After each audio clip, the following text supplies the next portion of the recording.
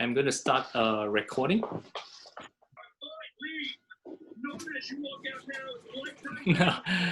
Okay, we're going to ask everybody who's joining us to actually mute yourself.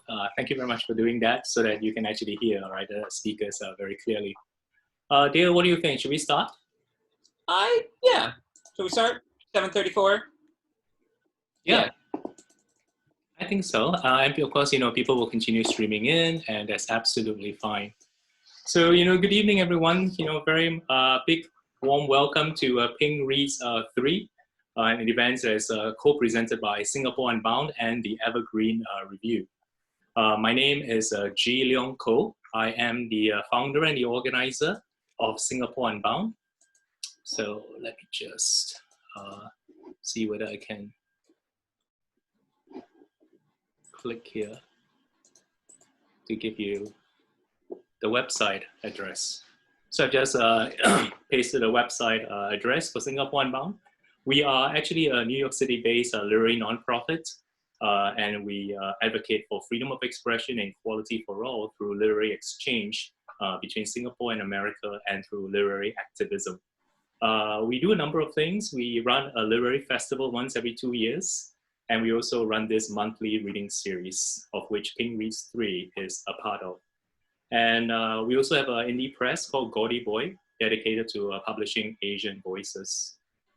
So, Ping Reads 3 was conceived, to actually honor the struggle for LGBTQ plus equality, both in Singapore as well as in the USA. And of course, given our current circumstances, we also want to honor the ongoing struggle against anti-Black racism that's going on now in America as well as around the world. And I hope that our speakers today, our writers today, will speak to both struggles and perhaps the connections between the two. In Singapore, if you do not know, it is still illegal to be gay. Very much behavior is criminalized under a colonial law that we inherited from the British, but has been kept on the books. So the annual rights rally is called Pink Dot. And very much the focus of this rights rally is to actually abolish the legislation called 377A. So Pink Dot, that's the name of the rally, if you want to find out more about it. Right. And Dale, would you like to say a few words about Evergreen Review? Let me unmute myself. Hi, everyone. I'm Dale Peck. I'm the editor-in-chief of Evergreen Review. And did you actually introduce yourself as the poetry editor of Evergreen? I didn't hear you say that in your bio. No, I did not, actually. He is our wonderful poetry editor. He's been with us for about a year. He's done an amazing job. In addition to curating some really incredible poems, I think he also shares, or maybe even exemplifies, I should say, the spirit of, I think, advocacy and activism that we're trying to capture at Evergreen. So we are incredibly honored. This is G's event, and Evergreen is tagging along for the ride, and we are really honored that he asked us to be a part of it. If you don't know, Evergreen Review was a magazine founded in 1957. Is that right, John? I believe 1957 by the great Barney Rossett, who is also the founder of Grove Press.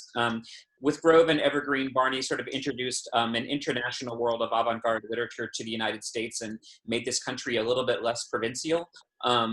People like, Kazuo Ishiguro, Jean-Paul Sartre, Samuel Beckett, a million other Nobel Prize winning writers from around the world. But did I say Ishiguro?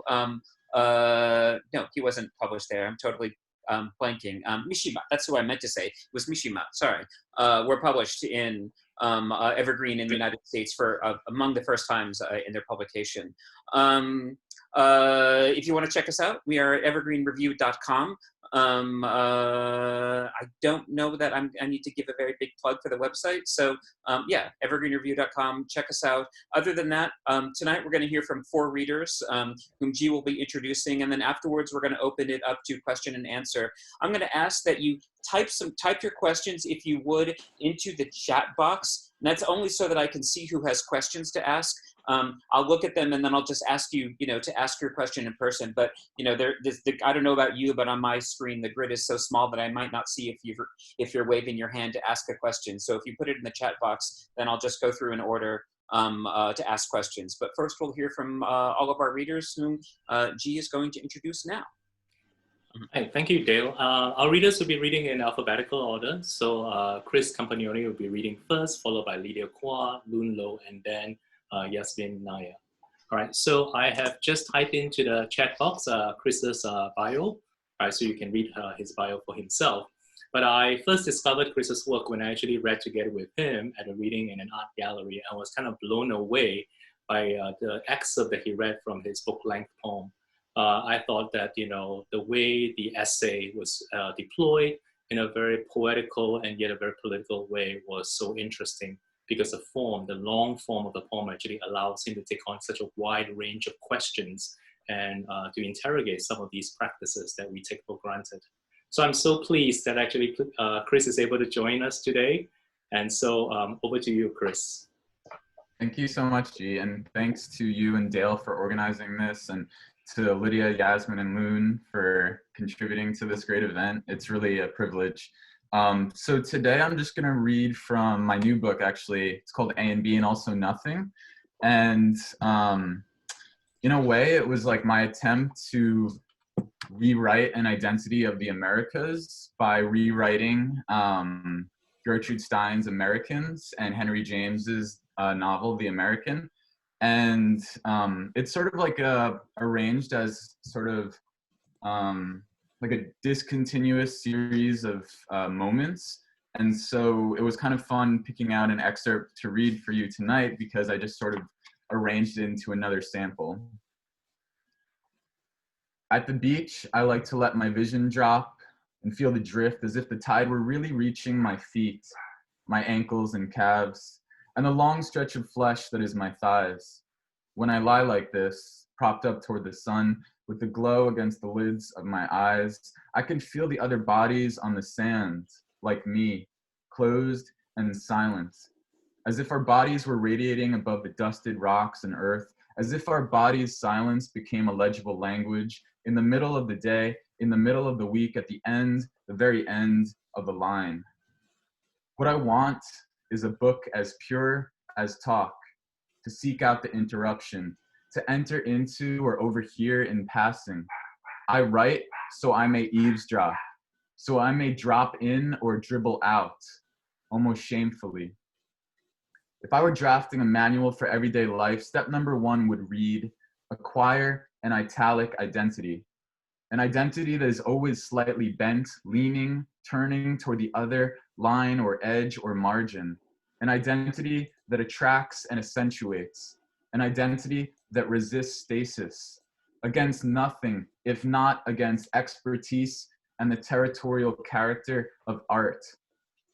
I only wish to expire like the Metro card I'm holding in my hand as I type this, as I swipe and swipe and swipe again. No repetition without deliverance, and no deliverance without repetition, which is about doing nothing or going nowhere or unsuccessful transmission. To complete all of these without completing anything is to flow or seep, to advance by retreating, at least to the MTA machine, to press my flesh into the black and come back differently. What does it mean to be an American in our culture of America that would rather remove our strains of difference rather than celebrate them, rather than recognize them and recognize difference as a prelude to power, strength, real strength? In my notes, I've written, how can the sharing of our stories promote activism, healing, and survival? When he left, Operación Pedro Pan would go on to become the largest migration of unaccompanied minors in the history of human passage. I'd never considered what shame could give to me, besides the feeling of being ashamed. In other words, I never considered that my lack of self-confidence and my feelings of insecurity and anxiety about being mixed or split or too much of something sometimes and sometimes not enough could be a source of enlightenment. A callus is a precursor. It says you are healing. I like leaving myself signs or clues. These hints become indications of something I can only envision once I write it into possibility. Flickers of breath that prefigure the aerobics of another life, somewhere on the other side of this one. Everything I hear, I write down, and everything I write down, I hear twice. I want to be responsible for my moments. All memories are memories of the future because we aren't remembering what happened so much as we are remembering how we felt. And feeling always comes after, not the flesh itself, but its indeterminate spurts. My mom was allowed to go back in the 90s after the walls fell, always plural. But no one ever asked me about that part of myself anyway, which makes it easier and also hard. Easier because I can stay silent. Hard because I can stay silent. What does sustained concentration do in a time of political resistance? To speak can be a political act. To listen is always a political act. The point is not only to give voice to, but to provide a body for that voice to be carried. I tell students my practice is to write on the subway or the bus, in the spare moments between floors or the opening of doors, against the window of a cruising jet, in the pause of light shifting. May I suggest we only ever discover ourselves when we're moving. Whatever is written down, I read out loud, and whatever I hear, I write down. I used to have so much shame. Where is it gone if not been converted or perverted into language and text? To make the ugly beautiful has less to do with manufacturing and more to do with one's view, with how we see ourselves and the people we call home. Queering the archive means seeking alternate sources of evidence. It means attending to and undermining the heteronormative, racialized, cultural, and state processes that have only produced exclusion under the auspices of forming a national identity. Queering the archive means to call into question all origin narratives and all identity premised on nation building. It means axing ownership. It means owning up to our failure to do without. In short, it means survival. There are things and people who cannot pass, or who, like the time outside of history, refuse to pass. Listening might mean an attendance to the oral residues that have no material reference. In place of video or photographs are the sonic sediments of place, the objects and bodies that are repositioned or relocate without witness. How I will write this is by taking my immediate notes, scribbled and scrambled on the page, and rearranged them in a fit of ecstasy and indiscriminate unrecognition. The violence of collage, cutting open, seeing without understanding what leaks out. If I chose to show you the page of Loose Leaf, it might resemble the bombed out epicenter of a cinema dreamscape. I can say that I want to associate my hips with the tilt of your mouth at a 90-degree angle, but I would be using the word wrong. If this occurred in the past instead of right now, I would have still used the present tense. In order to pass, to keep moving, to migrate elsewhere, I need to impersonate a human by performing as a machine. Click all of the boxes containing bicycles. Click all of the boxes containing a car. If I'm too human, I won't pass for being human. If I ask or question whether a moped is a bicycle or a car, I lose, locked out or detained indefinitely. Passing means to be just enough but not too much of yourself. It means always being in between. I fear the trope or trap of the confessional. What I want is not to believe, but to nurture the unbelievable. To suspend belief then, and in suspending, to hang or hold, to set aside a place, to provide for, to come into the presence of. What I want is in story, but myth. Not to tell the truth, but to tell of the moment truth evacuates into legend. If I am in, let me stay inside a while longer, if only to intensify my desire for being out. Like the synonym which seeks a destiny of its own, I like not knowing whose clothes I'm wearing. The masquerade of becoming American or naturalization. What a process, I often think, and really try to imagine the miracle.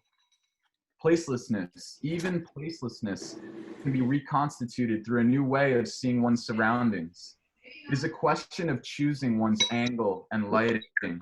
If asked about my principles, I'd say I want to draw upon errantry and errancy and the synesthetic flirtation of a post-dated memo. Sometimes I have the thought that when I write about what happened, I might change the outcome. that has changed the future, but also the present and the past. Unclean joy and joy of being unclean. Was that it? The secret of being a person like and unlike any other. If I were asked to return to the subject of shape, I would say my lips are expansive. The wings of a butterfly are the stroke itself. I have a tendency to wet them by placing my tongue to each rim, so long as we're talking. I might ask you to go harder or to keep going. As a measure of intensity, I would like this feeling to linger. Thank you. Thank you so much, Chris. Yeah, I hope you can see some of the clapping on your screen, because certainly you'll probably not be able to hear them. But thank you so much actually for doing that wonderful reading. I have just pasted into the chat box a link to Chris's website, where you can actually find more of his work. All right, thank you so much, Chris, for reading for us. Thank you. And next up, we have Lydia Kwa, who will be reading for us.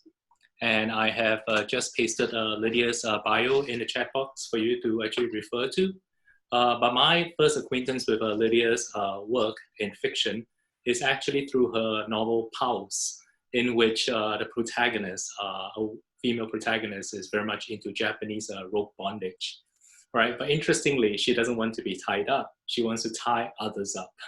And it is with that daring metaphor she explores the intricate world of gender, sex, as well as identity. So please welcome Lydia Kwa. Thank you, G. Thank you very much for inviting me. Can you hear me? Yes. Okay.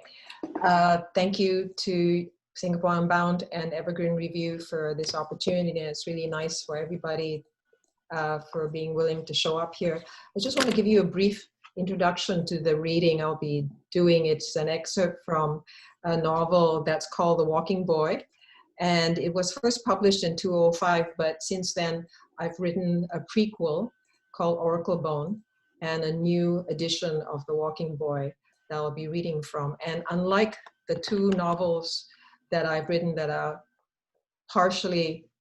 mostly set in Singapore, this is a novel set in a fictional China.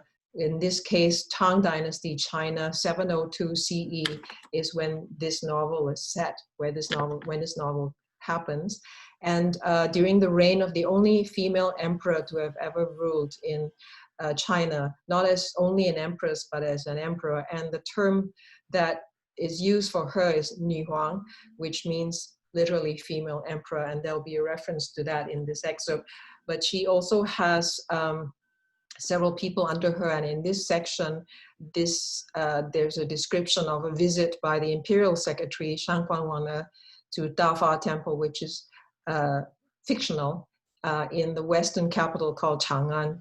And I'm just going to say that this is now the second book in the trilogy, which I call a Chuanqi trilogy. And Chuanqi is a term for a genre of writing. Maybe mostly sometimes it was oral storytelling, and it means literally to transmit the strange. So these are tales to do with fantasy characters, fox spirits, ghosts, demons. So I wanted to read this section where Shan Guangwana, the imperial secretary, makes a visit to Ling, the abbess of Deokhwa Temple, to ask her a favor on behalf of Nü Huang.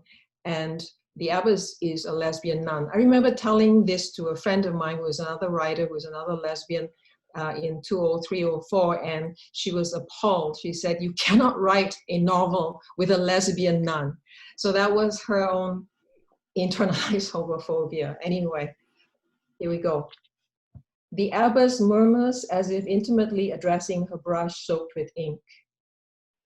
When there are secrets, mysteries definitely abound, whereas mysteries are not necessarily tinged with secrets.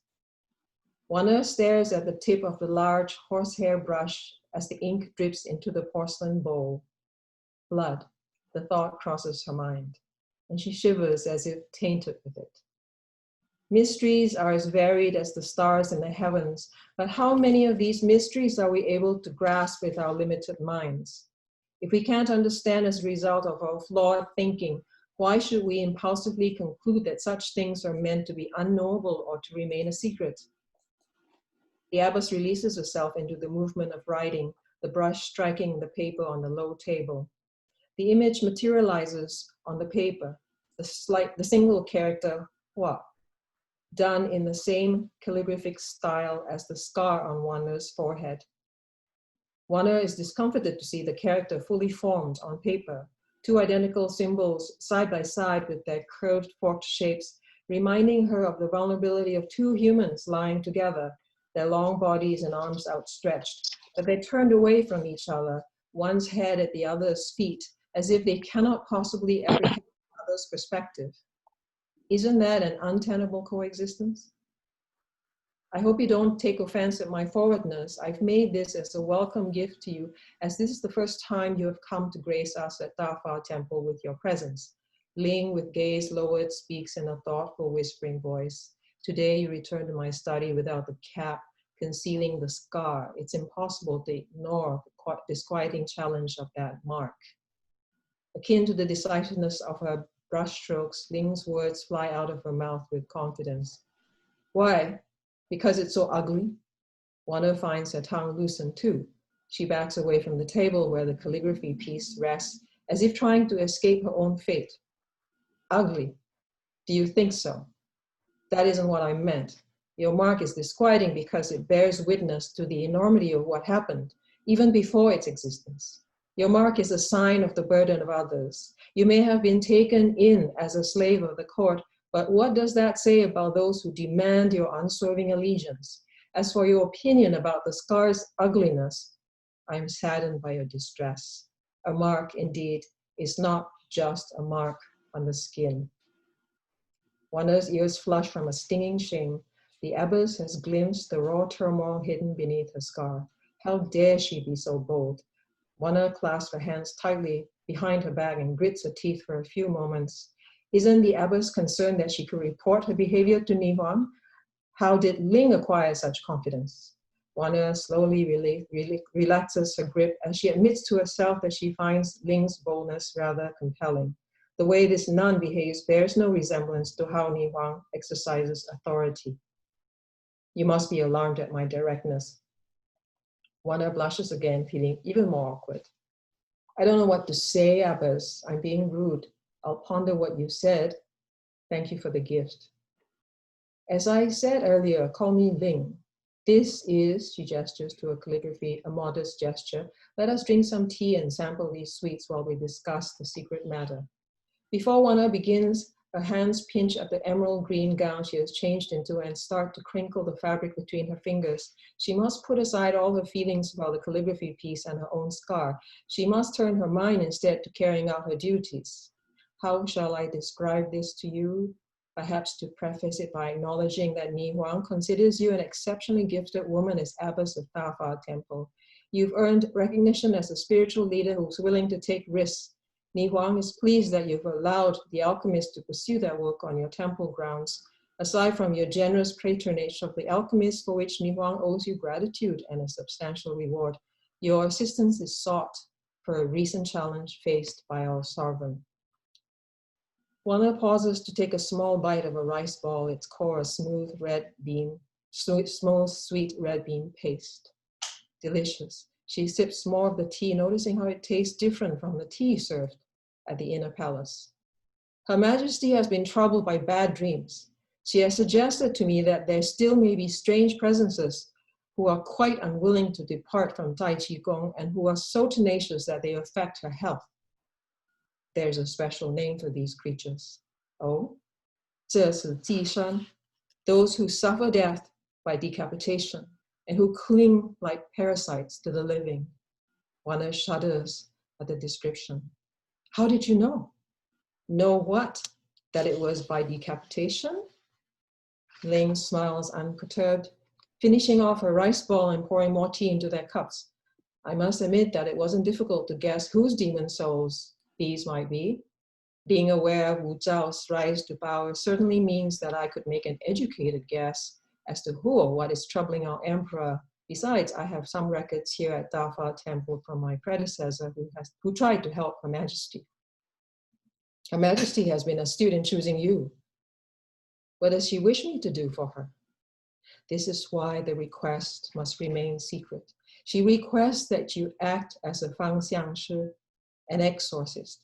She wants you to conduct a private ritual on her behalf soon. I see. Ling suddenly looks sad. She rises from her seat and walks over to the window behind her writing desk, staring out for what seems like a long time.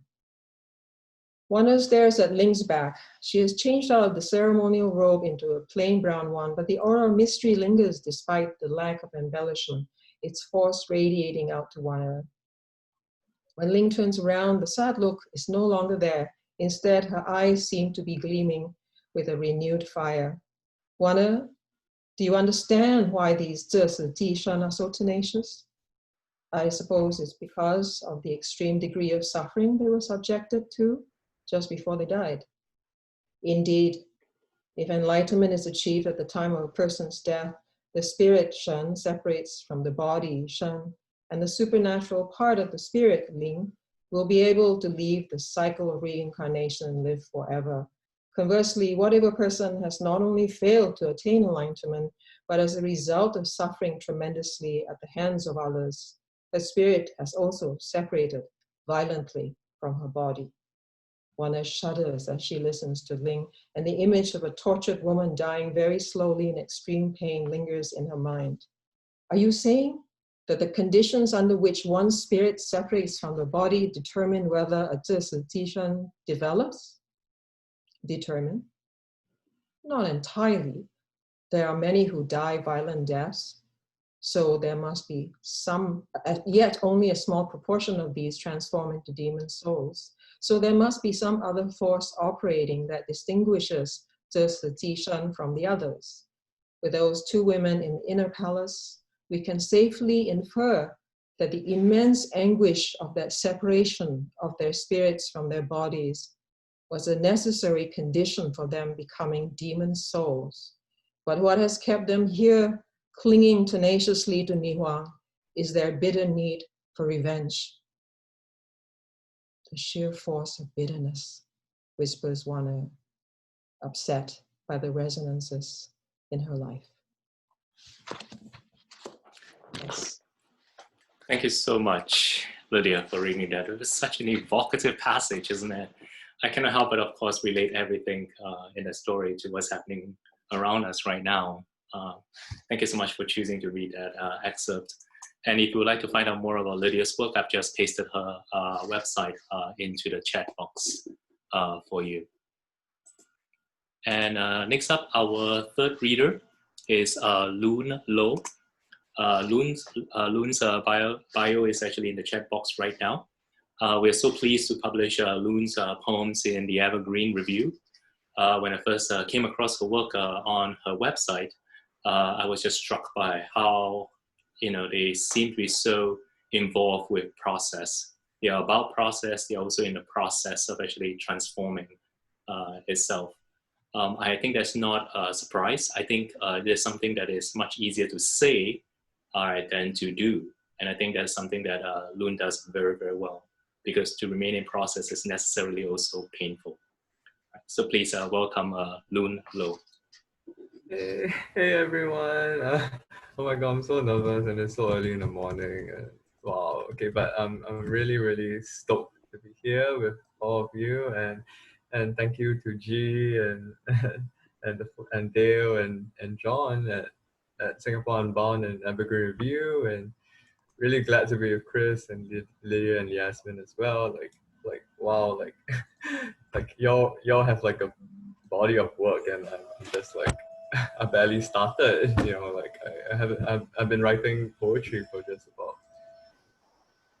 since like 5 years ago. So I'm relatively new to writing myself, and G also said that he felt that my work was a lot about process, and for me process is really important because I'm still discovering like my style of writing and trying to experiment with new things, and how to talk about queerness, how to talk about violence, how to talk about all kinds of things that matter to me, and things that I feel that needs to be said.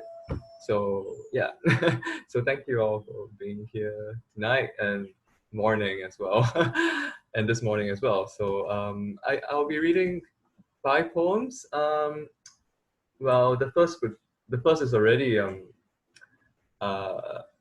published in Evergreen Review, and the rest of them are recent poems that I've written in 2019 and 2020. But even then, I would say that the poems I wrote in like 2019 and 2020 are really different poems. Like my style is really different. So I feel like I keep changing styles every like 6 months. So like so yeah. But I hope you like them. So so okay. The first poem I'm reading is the one that's published in Evergreen Review. It's called Femme Dialectics: A Process. So here it goes. As it was imperative, as it was indecisive, as if a decision by a scion, as if a scorpion extension, the regard of a double claw, double bind, the finding of the divine. On a clear night, it was allowed for the vines to drip wine. Yet a wine of the ocean, dissolving strata into data, the fermata of the anti-border that burns bolder. Either the queen of the night or the queen of the day turns over, into ordination, into sublimation, the double sheaves and indignation, of which variable deltas flow, of which there exist possibilities, of which are snow, of which are now. So yeah, this is Femme Dialectics: A Process. I admit that I kind of got it mixed up with all kinds of things that I've been learning in National University of Singapore. I'm a philosophy and English literature major, so I do have that interest in like reading philosophy and thinkers and their works, and I feel like I kind of mixed up some thinkers in here, even though it's about dialectics, but I'll just let that slide, I guess. So yeah, and the next couple of poems, the next poem I'm going to read is it's a lot more personal. It's called it was published in a Singaporean journal called Soft Blow, which is edited by the wonderful Cyril Wong, if y'all know him. And so yeah, so it's one of my earlier poems in this set. So, and it was written after after Pooja, I mean kind of after Pooja Nancy's first poetry collection, Love is an Empty Bar Stool, but I took my liberties with this as well. So here goes. It's called An Empty Bar Stool is Love, after Pooja Nancy. Dreaming on a bar stool, on an infinity of regression of dreaming bar stools, we in the dream bar, you crafting cocktails for me in the telegram command at your username, we watching Europe go by as art no view, 2 blue ticks consent to a means to an end. 4 morning, bar tore me, eyelids, lips, poem for you soaked in vodka and tomorrow. You opening whiskey and observer effect. Sizes A4 on the rocks, A3 shaken, A2 stirred. One night, we went to a bar to drink water. One day, we discovered alcohol to be water. I woke up in a universe without dreams. We watched the bartenders set twin suns. Being in itself and being for itself. For myself. Thank you. So this was An Empty Bar Stool is Love, after Pooja Nancy. And I guess, so I have 3 more poems. I hope I have some, G, how much time do I have? Maybe you have another 5 more minutes. 5 more minutes, okay. Okay, I'll see if I can read the next 3 poems. If not, that's all right as well. So the next 2 poems actually are in a kind of series that I've been writing, and it's about going back to like my childhood kind of sort of like fantasizing and imagination and like imaginative process, and it's like kind of like it's about trying to imagine myself as like geometric solids as objects.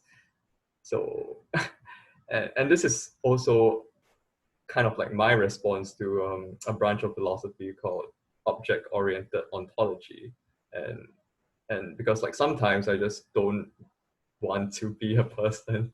I don't even want to have gender. So this is a way for me to think about possibilities as well. So the first one I'm going to read is called am cone. So like I am cone, but without the I. So yes. So this is am cone. What's a way to say where am dented? Protrusion affects what affects the protruded and the protruding. So am must be seen to be believed. Am infallible. Flat face, round face, edge, round, edge, line. Am touchable, am touched. Am not felt, am not feeling. Yeah, so this is am code. They're all really short pieces. I can't write anything more than like 15 lines. So, and this one's called, so the next one's called am cube. So where, well, in the previous one I was a cone, so this one I have become a cube, I guess. So this am cube. 1. Oh side, oh vertex, oh corner. 2. To be touched is to be local, localized. 3. Slightly off perpendicular from the ground manifold. 4. Objective quality and solidity as formal difference. 5. Am side parallel to side with wet space between. 6. Dust encrusted side contains little shame. So yes, this is M cube, which has like just six lines about being a cube. It was not, these are not easy poems to write at all. So, but thank you for listening thus far, and I guess I have time for one more poem, right? So yeah. This one is, as I guess I'll be moving from objects to the body, like actually talking about the body. So the body is a different thing, right? It's an object, it's a subject at the same time. So this one's a bit of a different take as well. So this one's called left breast, take 1 to take 5. 1. Take your left breast, fold it into the pocket of your missing chest. 2. Take what's left of the silicon left in breast, the acquaintance a star-stained tumor scar. 3. Turn left onto main body, take a right turn at excavated rib section, no destination abreast. 4. So I've taken that I counted to 4, counted breast on 1 and 3, how they drooped, counted breast on 2 and 4, how they sounded better on the backbone, on the missing beat. I learned them, left behind, direction, notation. 5. Triangulating breast as darkening, left pocket, right sound, tune to take empty. Thank you. Do I have any more time? I think, yeah, we ran out of time, unfortunately. Okay, that's fine. No, that's great. Thank you so much. I think you read 5 poems for us, right? So that's wonderful. Yeah, thank poems. You. Yes. Yeah, thank you so much for reading those poems for us. And I've actually put the link to your Evergreen review poems in the chat. So, you know, for those of us who are listening to you, I hope many people will actually check out your work in Evergreen review. Thank you so much, Lune, for reading for us. And also thank you for like putting my blog, even though like I don't update it that much. But I'll try my best to update it after this. Oh, I'm sorry. I should have asked for your permission first before putting No, your that's blog okay. link. No, you have my full permission. Like don't worry. Great. Thank you, Lune. I just want to say really quickly that those poems were just gorgeous. I know that I'm not a reader, but I was very moved by those poems, Lune. Thank you for sharing them. Thank you, Sam. Thank you. Thank you let us so not take too much time from Yasmin. Thank you. And our last reader, before we launch into our discussion with our authors, is Yasmin Nair. I have just pasted Yasmin's bio in the chat box for you to take a look. I first read Yasmin's work actually in the Evergreen Review, and the essays that I've read there and elsewhere now have always kind of blown me away. They upset all my convictions, they challenge all my certainties, and I expect to be equally challenged tonight because she always has something original and provocative to say to us. So please welcome Yasmin. Thank you. Thank you so very much. And Lune, yeah, I have this thing for anything about breasts, and I loved that last one. Was just, yeah, thank you. It was just, all of them were amazing, and thank you especially for the last one. Everyone. Thank you, everyone. Dale, G, John, Evergreen Review, Singapore Unbound, Lydia, Lune, Chris, everyone. I'm just really honored to be in this company. So just to get right into it, what I'm going to read today is a new piece. It's actually the first iteration of a longer piece. There are two women with the same name, that's all I'll say. And for now, today, I'm just going to read a piece titled, Her Name Was Norma. Her name was Norma. Norma Mccorvey died on the 18th of February 2017. 3 years later, a documentary about her caused shock, consternation, and a deep sense of betrayal on all sides of the abortion debate. Norma Mccorvey was Jane Roe, the plaintiff in the 1973 landmark case Roe v. Wade, widely credited with giving American women the right to choose an abortion. The film is AKA Jane Roe. In truth, as we know, abortion rights today are still enormously restrictive, almost as restrictive as the day McCorvey, then in 1969, 20 years old, tried to get an abortion in Texas, where women could not legally terminate pregnancies without traveling out of state. Finding herself pregnant with no hope from medical doctors, even though she claimed to have been raped, McCorvey found herself at a back alley abortionist, a place crawling with cockroaches and caked with dirt. She took one look and feared she might not leave alive. She returned home and eventually, months later, gave birth to a child she immediately put up for adoption. In the intervening years, someone put her in touch with two female attorneys who were looking for the perfect woman around whom they could argue a case for abortion rights up to the third trimester. She had to be poor enough so that she couldn't make her way outside the state for an abortion. In McCorvey, they found the perfect candidate. When they won the case, famously, they called to congratulate her and said, "Norma, aren't you happy?" She responded, "Why should I be happy? I had the baby." In 1989, 20 years later, women from all over the country marched on Washington for abortion rights. Among the celebrity speakers, bristling and brimming with privilege and seething rage, were righteously indignant women like Whoopi Goldberg and Sybil Shepherd. In the meantime, McCorvey had been interviewed about her abortion in the press, and she revealed that no, in fact, the pregnancy she had sought to terminate and which led to the lawsuit had never been a result of rape. As she put it bluntly, it's what you had to do, lie, to get a pregnancy in those days. This lie, combined with her working class saltiness, she worked as a cleaning woman, and her pronounced Louisiana/Texas twang made her an unsuitable speaker in the eyes of the organizers of the march, and she was not asked to speak. The irony is that Roe v. Wade could only have succeeded with a woman like her, and that none of the women who were given the opportunity to declaim the loss of abortion rights would ever have had to agitate for their abortions the way she did. As the years wore on, McCorvey's health and finances became more precarious, and she eventually renounced her own abortion, became a born-again Christian, and found a home in the arms of the anti-abortion movement, which delightedly found its poster child in her.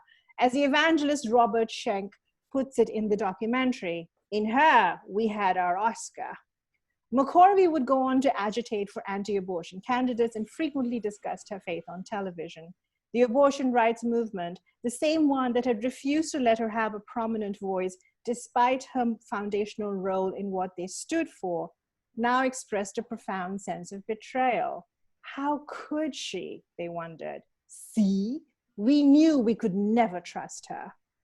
And then, 3 years after her death, McCorvey posthumously once again horrified everyone on all sides.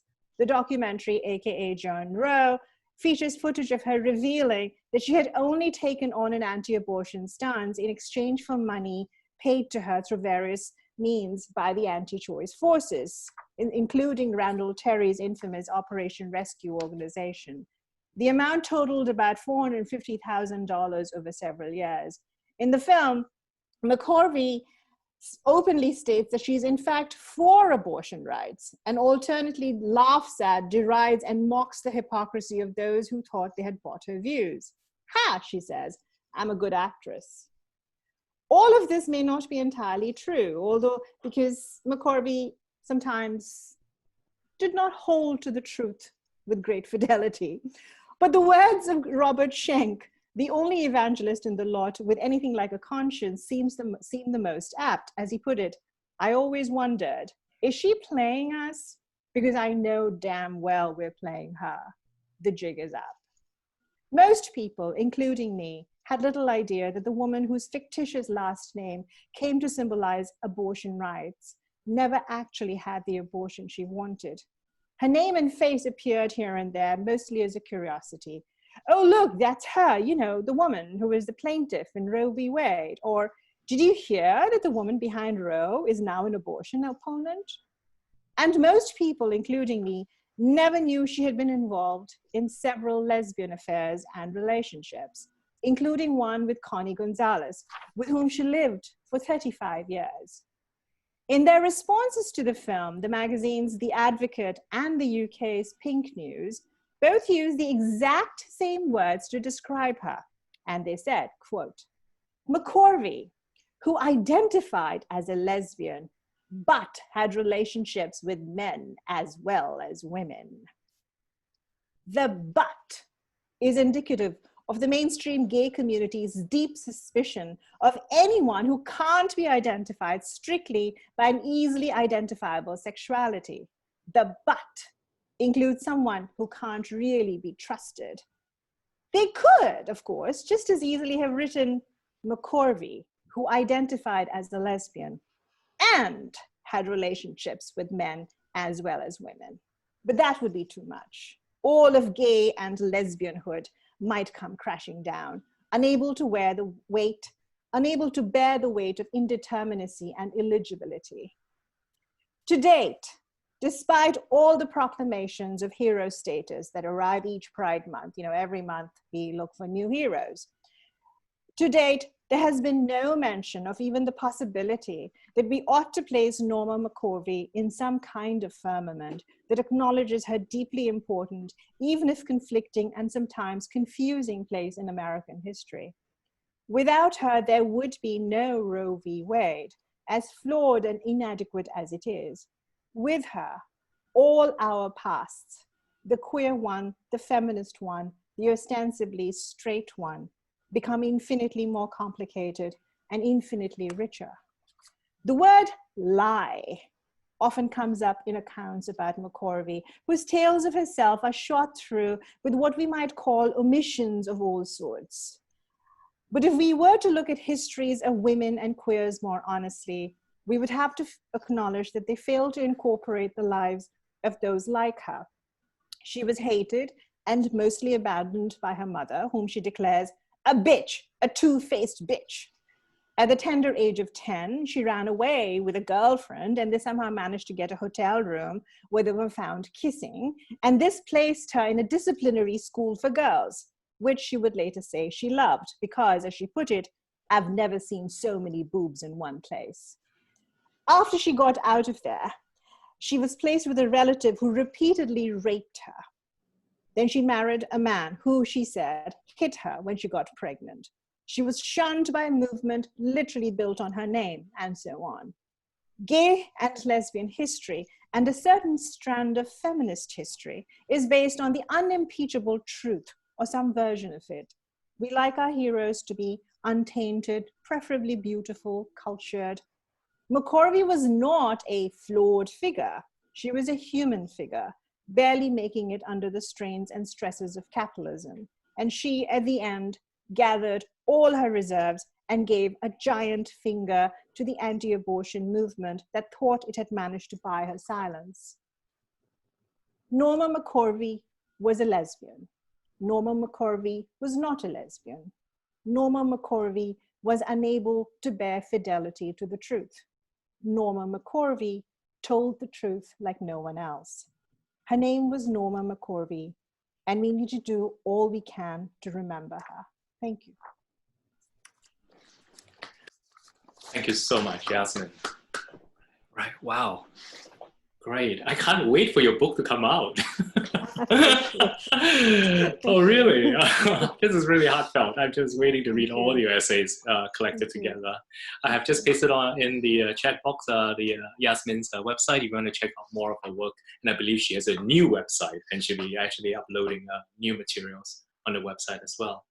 But now for the discussion, with Dale and also with you, the audience, who has been listening to our 4 terrific authors. Over to you, Dale.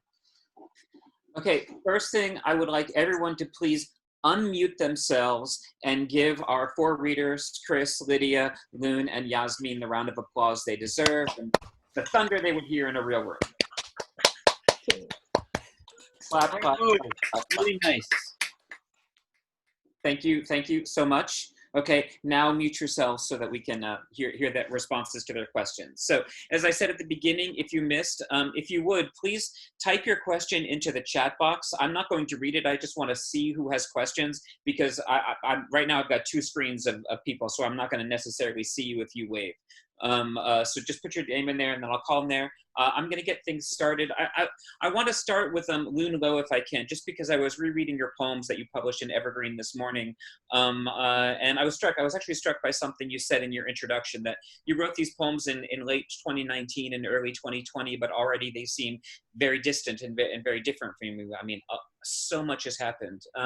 In the poems, it seems to me that there's a real tension between a kind of expression of honest, simple, straightforward emotion, and then the way in which the internet and technology recognizes us and recognizes our emotions, or fails to. I wonder now, in the wake, of all of this social distancing and isolation and stuff, if your feelings about that have changed, if they've deepened, or if they've run counter some of the things that you've said before. If you want to talk about that. You're referring to like the suite of poems that are published on Evergreen, right? Yes. Oh, okay. I wrote them like across a span of time, and it was actually pre-COVID. So when I guess when I read them now, they do seem very different when read in this context. I would say technology has mitigated much of that pain that in which the distance that or at least the kind of distance that the pain from the distance that COVID brings is mitigated. So but there is still some form of pain because like in the end, like you can't touch someone. You feel them in a different way, like not in the sense of the air between you, but or like the heat and air and that physical space and time between you, but in a different kind of spatial temporal space, like code and JavaScript and the general cyberspace kind of like space, which does feel very different, and brings its own pain as well. I'm not sure if I'm answering your question, but am I? I think so. Yeah. Yeah. But but I must say that I do have a professor, and his name is Jeremy, and I love him very, very much. And he did remind us that in this time, in times like these, right? He reminds us like the words and the text of the thinker Jean-Luc Nancy, who wrote The Inoperable Community, that I think I'll just quote him verbatim, that space, it is space that is first needed for touch. So this COVID, well, I mean, I feel that I feel some resonance with Jean-Luc Nancy in such that we might be distant, but it is that distance that, albeit, I mean, although it's painful, it has brought us together in a different way, as opposed to in a time where we could all mingle and our bodies could touch each other. And technology kind of facilitates that sort of distancing, but also that yearning and that new form of community that I believe is something that we could get used to, and that it's something that we could eventually bear as a species, and as a technological species especially. So I guess technology has helped us, feel that distance a lot better. Yeah. So I guess that's my take. So yeah. Yeah, I want to continue with that, Chris. I mean, your is that considered prose or a poem? I feel like it could go in either category. Let's start there. The brilliant folks at Otis Book Size Mystery Editions, who's my publisher, I think they published it. It's interesting. If you Google me and the name of the book, it comes up as a novel, but I think they published it as a book length sort of like auto theory, which again is kind of evading the question of genre, but to me, everything is in a way poetry.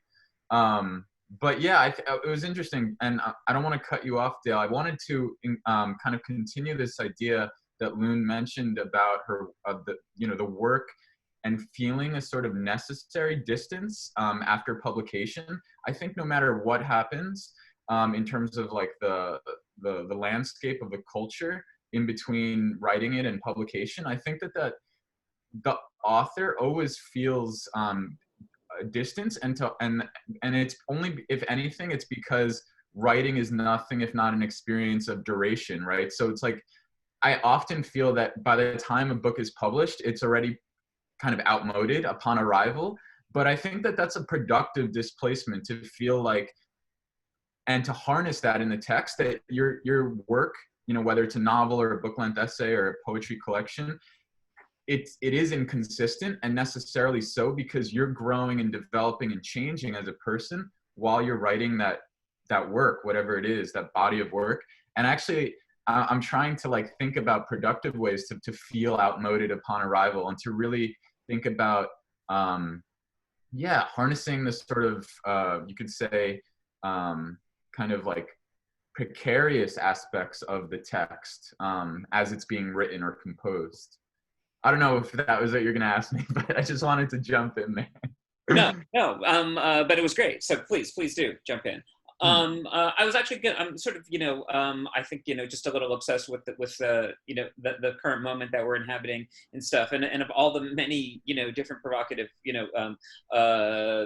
statements and positions that you took in the piece that you read, that the thing that jumped out at me was that you mentioned that you like to write while you're in transit, when you're walking around, when you're on the subway and snatching. And I wonder, now when there's less of that, or when it's fraught, when we're doing it, how has that impacted your process? Oh yeah, it's pretty much, a friend joked, a previous book of mine, she said, why don't you just call it F-Train Poems? Because I'm always writing on the F-Train, and I make the scene of writing into the narrative itself. I think the narrative, like plot, dialogue, narration, always kind of takes a literal back seat to the scene of writing.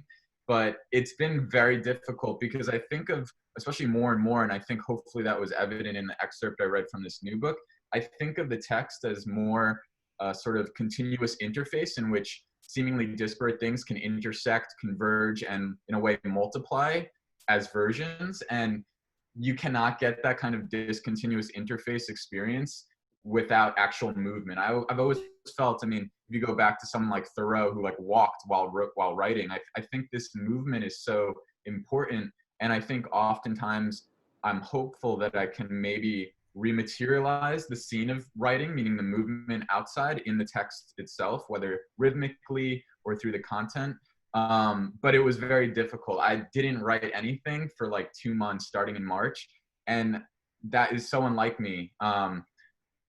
I'm often more of, I think of myself sometimes less as a writer and more of like a composer in terms of like sampling text and sampling combinations of moments. And so often I think I'm putting together like really different moments, both high and low in terms of culture, and trying to think about ways in which to reinvent the narrative for the book itself. And I just can't get any of that without being on the subway and being around people. And I think if there is a privilege to paying so much money for rent in this city, it's the fact that for me, New York City has always offered that experience to write as we move. So it's been very difficult. Okay, a question for Lydia. Let me switch my view here so I can see Lydia as I ask this question. I loved what you read, and I love an historical novel, but I was really struck by the almost offhand remark you made that one of your friends said you can't have a lesbian nun, and you felt that this was her internalized homophobia acting out. I wonder, first of all, if you were surprised by that reaction, or if it was, you know, in essence, something that you anticipated, and that's what you wrote towards. Did you choose to make this character a lesbian for strategic placement of queer characters in history, or was it something that you simply did because you felt like making her a lesbian, and then you were rather surprised by the way this person responded? Well, because I identify as lesbian, as queer, I mean, deliberately, this novel, there's all these inflections of queerness throughout my work, poetry or fiction. So I deliberately wrote Ling as lesbian. The protagonist in this novel, and in the whole novel, is narrated in present tense in 702 CE. And the walking boy is actually an intersexed person, but identifies as a boy or has been seen as a boy. Left side female, right side male, sort of a kind of mytho-poetic kind of sense of, you know, having him embody that. So therefore I deliberately chose to do that in terms of the character Ling. There's a gay monk in there. You know, the whole novel is queer. I mean, it might be set in 702 CE, but it's not really a historical novel. It looks on the surface like a historical novel, but it's not at all. And then when this friend of mine, who was also lesbian at the time, still alive, was just starting to write, was shocked and said, "You cannot do this." I was shocked. And I did not get stopped there. In fact, I was even more determined. You know, hell, I was going to do it. I'm doing it anyway, right? So the interesting thing in terms of this person, when I look back at her body of work, she really wanted the approval of the publishing world. So she veered from first novel that was explicitly had a lesbian protagonist to writing a very heteronormative narrative, and gained a lot of public recognition and support. So within that context, you can see her response as reflecting her own values, her own choices, her own decisions, right? But it was very unpleasant on the receiving end to hear such a comment. It's like, whoa, yeah. But she was actually had a finger on the pulse, because indeed, you know, one does not do that and still gain enough success. You don't, but who cares? you know, I do, but not really, not enough to stop writing like that. So Good, don't. yeah, thanks. Okay, and one question for Yasmin before I throw it wide. Yasmin, my darling, you know how much I love you. Yasmin's published several times in the Evergreen Review, including an amazing piece simply titled "A Manifesto" that I cajoled her into writing and that she knocked out of the park. It's really amazing. I urge you all to check it out. Yasmin, if you've ever followed her at all on social media, you know, has taken various stances over time against the idea that the love that we feel for each other as liberals, as progressives, as queers, is an appropriate or political response to various forms of injustice that we're faced in the world. Yet as I listened to you read this piece, what struck me was the incredible compassion that you felt for Norma Mccorvey, that I think permeates all of your writing, which is one of the things that drew me to you, that you're so uncompromising in your political stance, and yet everything is motivated by compassion for the afflicted, compassion for people who don't fit into a particular box or category. I wonder if you can talk a little bit about that tension. You know, it's such a moment. I meant to say this earlier, you know, yesterday was the anniversary of the Pulse shooting, and on the anniversary of the Pulse shooting, it's no mistake that our government decided to announce that they were rolling back protections for transgender people in this country. If you don't know what the Pulse shooting was, it was a nightclub 4 years ago in which a man walked in, a gay nightclub, and killed 50 people, wounded another 50 more. And, you know, that kind of incredible callousness, you know, that we're experiencing from our government, I think produces a strong emotional response. How do you balance those two things as well as you do without going crazy? You're muted. You're muted. I always forget that. Yeah. Yes. Thank you for that. And yes, so love and compassion. I will also say this about Norma Mccorvey, is that I sort of fell in love with her as I was watching the documentary. She reminded me a lot of women I knew. When I always tell people I grew up in Indiana, and I sort of did. I moved there in 1989 and I left in 1997, and my political anyway, blah blah blah. But she reminded me a lot of the broads, you know, I knew, like the crusty older working class women who was sort of give no fucks. And I guess in terms of how I balance, I think my politics essentially is that what matters are systems matter. And we need to start thinking about how to make systems work better for everyone without thinking and worrying about, are we making things better for people we like, right? And I think that's the problem with so much of the politics today. Someone in the chat I know was asking me, you know, what political movements perhaps might have affected. You know, one of the big issues for me, for instance, has always been around the politics around sex offender registries, right? So we're now in this great moment, supposedly, and we are, you know, prison abolition is a big thing. We now have John Oliver talking about prison abolition, etc. But I will remind everyone that even in this moment of great prison abolitionist politics, we still think it's okay to deny, for instance, those who are classified as sex offenders basic human rights, right? I mean, we've just decided they just need to be banished to the outermost segments of society, etc. So I guess for me, the issue has always been, how do we create systems? How do we ensure that everyone has what they need? How do we create systems of equity, justice, compassion, all of that, without actually thinking only about whom we like? So that's sort of what motivates my politics. And in terms of compassion, you know, I think we're all drawn to people we're drawn to. I mean, it's like sex and love, right? How do you define whom you like and whom you don't like? And I think where certain other countries do it much better than the United States, and why the United States at this moment in time is just fucking falling apart, is because we have a system that's entirely based on who do you like, right? And who do you love? So I think that's sort of the tension for me, is always not even really attention. It's sort of like, well, yeah, you know, I love this kind of person. I might loathe you, but God, even if I loathe you, I want things to be better for you. I think that has to be our motivate. I think as we move through the world, that needs to be the motivating, that needs to be the motivation for all of us. Does that answer your question? Yes, yes, Okay. perfectly.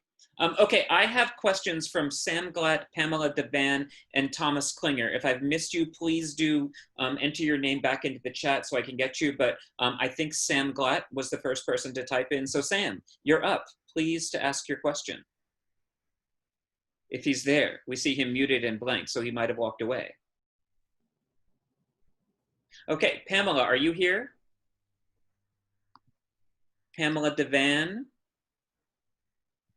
Oh wait, Sam needs a minute, and Pamela can't switch on her mic. Let me see if I can find Pamela's question, and I will read it out loud. This question is to Chris from Pamela. She says, Chris, I loved your work around the problems of belonging and binaries. I really felt it and would love to hear more around issues of fitting in and passing and boundaries, sexuality, ethnicity, nationality, and also for Lune, I'd love to hear your thoughts on how your relatively recent foray into poems has potentially unbound you, if it has, especially as such a young person and activist in Singapore and NUS. Pardon me for not knowing what NUS is. So Chris, you're up first. Sure. Pamela, thank you so much for your question. And I think this might address some aspects of Sam's question as well. I think, to me, one of the goals, if I had another goal in writing A and B and also nothing, was to think not just about rewriting an identity of the Americas in the plural, but also thinking about like theorizing a sort of hybrid poetics and moving it away from the academic and the institution, which is also so coded white heteronormative. And so thinking about how these kind of poetics are, you know, can be a reflection of everyday experience for, you know, minoritized and colonized and racialized persons, or persons of mixed ethnicity or race, or people who have experienced disability in various moments of their lives, and people who are gender non-conforming and non-compliant in that regard. And I think, like, in a way, I really like what Yasmin just said. I think because form, I think, is always, of course, political, even though sometimes people think it's not. And I'm trying to think about how identity is so often harnessed texturally to form and to aesthetics. And so in that way, I think also, and I think this is also the question of kind of rewriting or reimagining an identity of the Americas. It's also an identity that, and I think my excerpt perhaps made this clear, that kind of elides national borders, or borders both psychic and spatial, and to think about a sort of ethics of care and solidarity that exceeds limits that we've been taught, you know, from the time we're born, have limits, and to think about the ways too. And I think this also is something that Yasmin was really hitting on, thinking about the ways in which so many of the movements that we ourselves advocate for, in fact, it kind of reproduce normative and exclusionary practices and frameworks. And perhaps we do that without thinking about it, or consciously or unconsciously, but I think to really address and be critical at the same time, to think about the inherent power of harnessing a compassion, again, that moves fluidly across quote unquote boundaries, and to call into question, I think, those artificial boundaries, whether it's the art world and institutions like academia, or any other part of life. I don't know if I answered your question either, but I had fun answering it. Lune, do you need me to repeat the question? No, I have it on the chat. Let me think about it again. Yeah. So for me personally,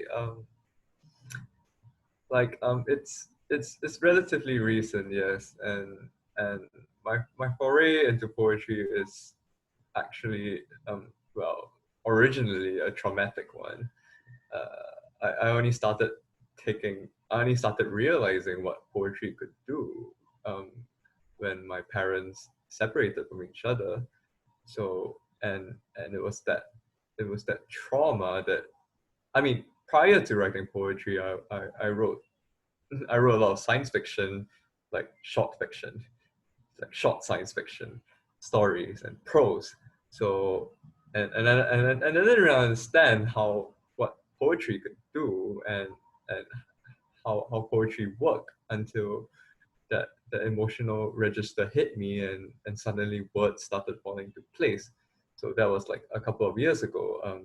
But it's quite a distant time for me. So and I'll agree with you, Pamela, that I mean I would think that, I mean, the writing of poetry, the process of writing poetry in itself is a kind of unraveling as well. So, and I guess unbinding in that sense, because I mean, and I mean, which is a strange thing, because words are like binding in some sense when you string them together and when you put them in form, but it, at that same moment, it has that potential to unravel certain things about yourself and certain truths, certain statuses, certain conditions.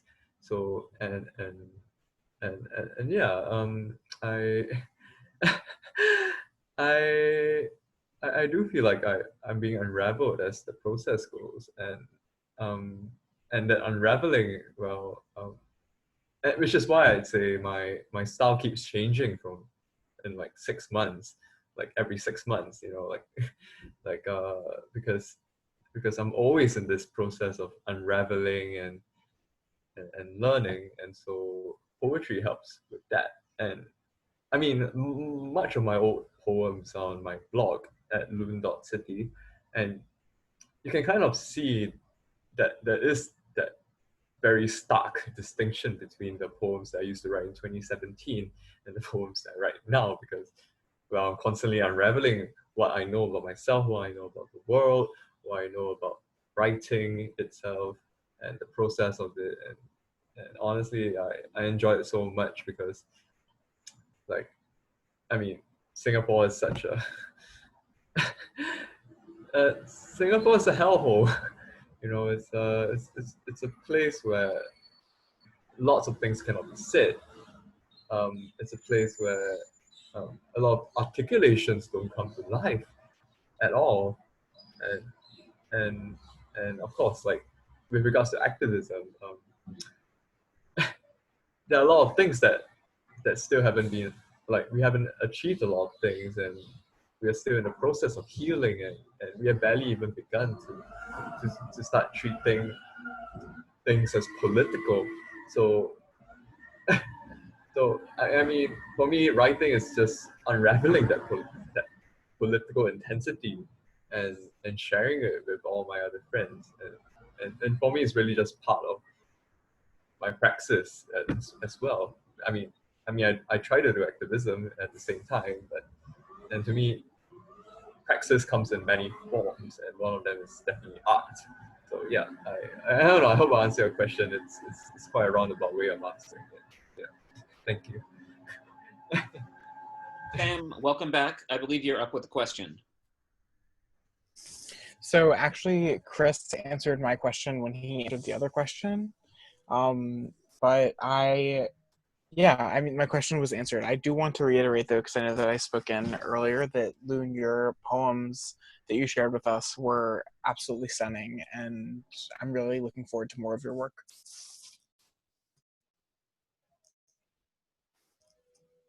Sorry, I was muted. Thomas Klinger, are you here? You are up next with a question. Okay, thank you. So coming back to the concept of fluid society, I'm very curious about that as well. And so I wonder if a fluid society is what one wants to have, or if it is just a consequence. So what do you think about that? So is it the way we are going automatically because the world is changing, or is it what we want, simply speaking? I'm muted. Okay, there you go. Am I muted? You're muted again. There you go. Am I good? Yes. Okay. Wow, that's $1 million question. Oh, I think it's interesting. One thing I can say, and you know, I think Zygmunt Bauman, a great Polish theorist that actually left around the same time my mom left Poland during the purges, he wrote a book called Liquid Modernity, and he saw it as a negative thing, not a utopia. But I think I do want to, yes, agree, or I don't know if you were making that point, but Thomas, I do think it's a consequence of media possibilities. And I think, in fact, so much of today, the work we heard, especially Lune, your work and your introduction to that work spoke to that. The utopic possibilities of I would say, co-presence. And I think so much of co-presence whenever I'm writing, because it's not only the scene of writing for me, but paradoxically almost, it's the scene of reception that I have to imagine in that sort of edging kind of way to receive, to think about the interval between when I'm writing and when it might be potentially received. But yeah, so I think it's a part of where media convergence has headed for the last 20 years. But at the same time, I do want to say that I don't think the concept of sort of liminal and luminous identity, and also a sort of hybrid poetics, or whatever kind of name you want to give to that, I don't think it has to be specific to the digital or to a visual form. I think in our culture, we're so visually oriented, and there's a hierarchy, right, of knowledge that I think it's coded visual. We give precedence to the visual, and I think I want to reclaim like acoustic and auditory and other kind of values of kind of expressions, I should say. So I also am a little cautious to just link this kind of way of being in the world and way of producing poetry, or whatever it is you want to call it, to a sort of new media culture. But I do think it's definitely shaped the way we think and the way we're able, just like today, to be so up close in the face, right? The ethics of the face in a Levinas sense. I feel so close to all of you, which is also why I also often feel more nervous during these virtual readings than if we were meeting in person. But yeah, so I don't even know if I answered your question either, but it's very interesting. One final question from Sergen Colt for Lune. Oh yeah, thanks Chris for that. Thank you all for the questions and responses, and I love hearing all of it. And I guess I'll respond to Sarah Lynn. It was actually quite a literal kind of like response actually. I saw this meme on Facebook. I can't remember who shared it, but it was basically saying how like it was one of those, like, you know, those surreal memes where, like, you know, they have like lots of colors and kind of psychedelic-ish, and it kind of showed you a cone, and next to the cone it said like things like, oh, no gender, you're just a cone, you're like and like basically everything about being a cone, and that was actually how I was inspired to write. I mean, M Cone was one of the first of the first poem that I wrote, and I intend to explore that series as well. so I mean now that you say about neurodiversity, I mean I can see where you're coming from, and it was not my intention at all, but thank you for bringing that up, and thank you for putting forth that sort of perspective, because I mean through my studies I realized that some people are well, they have a much closer relationship to their bodies, like how like the thinker Merleau-Ponty would say that, you know, your body is both the subject and the object, and that there's embodied knowledge within the body. But I mean, in my life, I've met people who have a great relationship with their bodies, and I have friends who have, well, a lot more detached and distant relationships with their own bodies. So I would say that, I mean, if these poems could speak to them as well, even if it was more of like a jab at gender in general and gender norms, and of course being a transgender woman, like I mean, I sometimes get tired of being any kind of gender. So and it's just a whole mishmash of things, and of course me trying to get into object-oriented ontology. So it's like it's all these thought processes that are coming together, and I'm just really experimenting with these things. But if it speaks to people in that way, I really love that it does, and I do hope that it can be read as such as well, because neurodiversity. I hope I answered your question. So thank you. And that has brought us right to 9 o'clock. G, do you have any final remarks you want to say? You're muted. All right, I have unmuted myself. No, except I thought, what an incredible discussion, really. I mean, the questions are wide-ranging and the answers have been, as Yasmin said, so generous and insightful. I wonder, I would love for it to go on. That's the thing. But we have to, to come to an end so soon, too soon, really. But it's been wonderful hearing all the different voices. And I know what resonates with me, so many things resonates with me this evening. But in particular, what Yasmin says about building systems, that would give someone whom I do not necessarily like, what that person need. I think it's such an important, political ideal to hold on to, at this moment. So yeah, and going back to, I guess, Singapore Unbound, the organization that is one of the co-presenters of this event.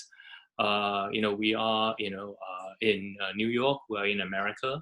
So even though, we are very much oriented towards Asian voices, we would also see ourselves very much as a part of this country. And so we are very concerned about the Black Lives Matter. We want to actually, show a wholehearted support for the movement. And we hope that, something very, very imaginative, something very ethical, just will actually come out of these, this, current uprising. And to support, that in our small way, I told you about the press that Singapore Unbound runs, and that is the Gaudy Boy Press. And right now we are actually going to be donating all our sales proceeds from June through August to the Black Lives Matter organization. So if you want to check us out, at Gaudy Boy and buy a title, a book by an Asian author, the money will actually go towards supporting this fight. Yeah, that's it. I want to thank again our four fabulous readers, Chris Campanioni, Lydia Kwa, Lune Loh, and Yasmin Nair. I especially want to thank Ji Liang Ko for asking them to read and for putting together such a great group of people. I think one of the reasons why the discussion was so great was because of the people that he chose for it. I also want to thank our publisher, John Oakes, who's here. Without him, there is no Evergreen Review. So once again, we thank him for his support. And then thank you to all of you for coming out and being such a great, attentive, committed, engaged, fabulous audience.